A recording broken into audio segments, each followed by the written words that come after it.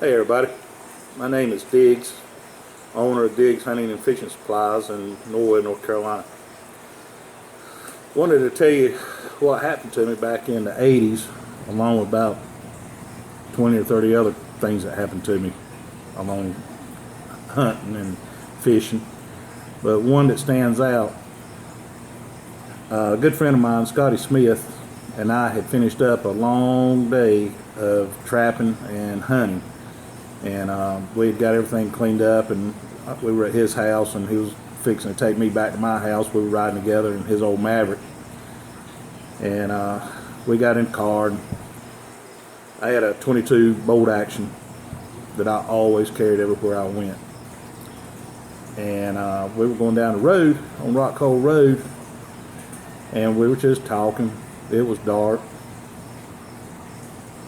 And we looked up ahead in our lights as we went around the curve, saw the eyes glowing of an animal sitting on the side of the road. And we knew it was kind of big. And we pulled up there and got a little bit closer and saw what it was. I am here to tell you, it was big. It was a big old wildcat.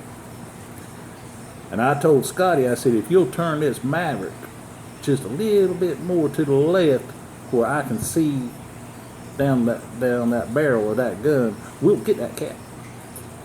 He turned that old car a little bit. I said, whoa, right there, right there.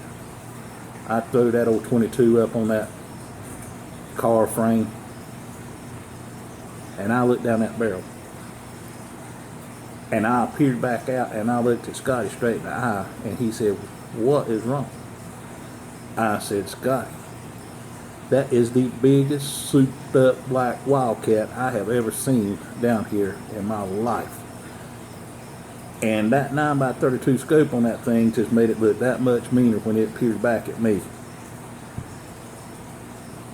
I looked and I got him in my scope. I squeezed off that trigger, and that rascal just fell right there. Just right there. We eased on down there where it was at, and sure enough, there he was eating a rabbit that he caught. And when we got there and looking at it, Scotty said, oh no. I said, what you mean, oh no? He said, you shouldn't have shot that cat. I said, what do you mean I shouldn't have shot that cat? I said, it was eating a rabbit. I said, no tells how many more it's ate. I said, and look at the size of that cat.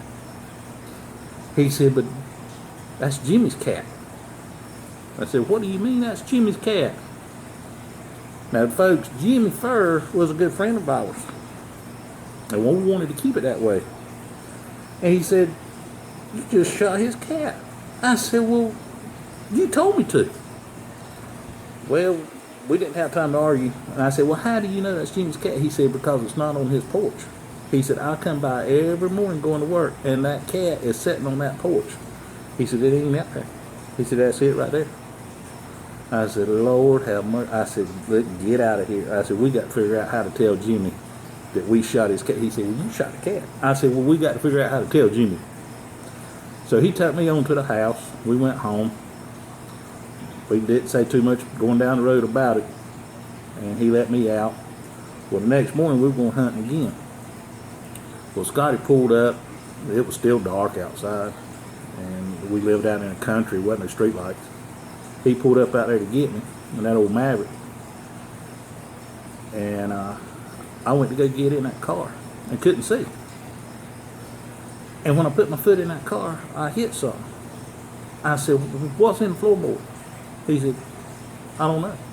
I said, what do you mean you don't know what's in the floorboard? This is your car. What's in the floorboard? I don't know. He said, turn on your flashlight and see what's down there. I said, well, I got my flashlight out and I turned that thing on, and I already had one leg in the car. And when that flashlight hit, there again was the biggest souped up wildcat that I had ever seen again in the floorboard of that Maverick. And my first impression was to try to shoot it. I was going to get away from this thing. And when I went out, its fang hung on my breeches leg. And when I went out the car, this cat come out with me, hanging on my breeches leg. And I fell on the ground, and I got to hollering, "Oh, get this thing off of me, Scotty. Get him off. Get him off. He's going to kill me." And I'm rolling on the ground, and Scotty over there in the car just laughing. I said, "Scotty, get him off of me." And by that time, I finally got rolled over, and that old cat rolled over, and his old legs sticking straight out, and old head out, and fangs sticking out of his mouth. And my heart was coming out of my chest. I said, "What in the world have you done?" He said, "I got some good news." I said, "Well, I hope so, because you done gave me a heart attack. I'm going to die." He said, "I got to thinking on the way back home." He said, "I better get that cat and get rid of it, and then we'll tell Jimmy." He said, "And when I stopped and got that cat and laid it in the floorboard, I looked." He said, "Jimmy's cat was sitting on the porch." He said, "That wasn't his cat." I said, "What do you mean that wasn't his cat?" I said, "I done laid awake all night long trying to figure out how to tell a good friend that I shot his cat, and you told me I didn't shoot his cat." He said, "No." He said, "That cat that you shot was a Wildcat." He said, "Jimmy's cat was still sitting on the porch." I said, "You put me through all of this." I said, "I got one thing to say to you this morning, boy. I am glad you figured it out, because I have worried myself to death." Now, folks, that could be a true story. It might not be. Could be. But I hope you enjoyed it. Thank y'all.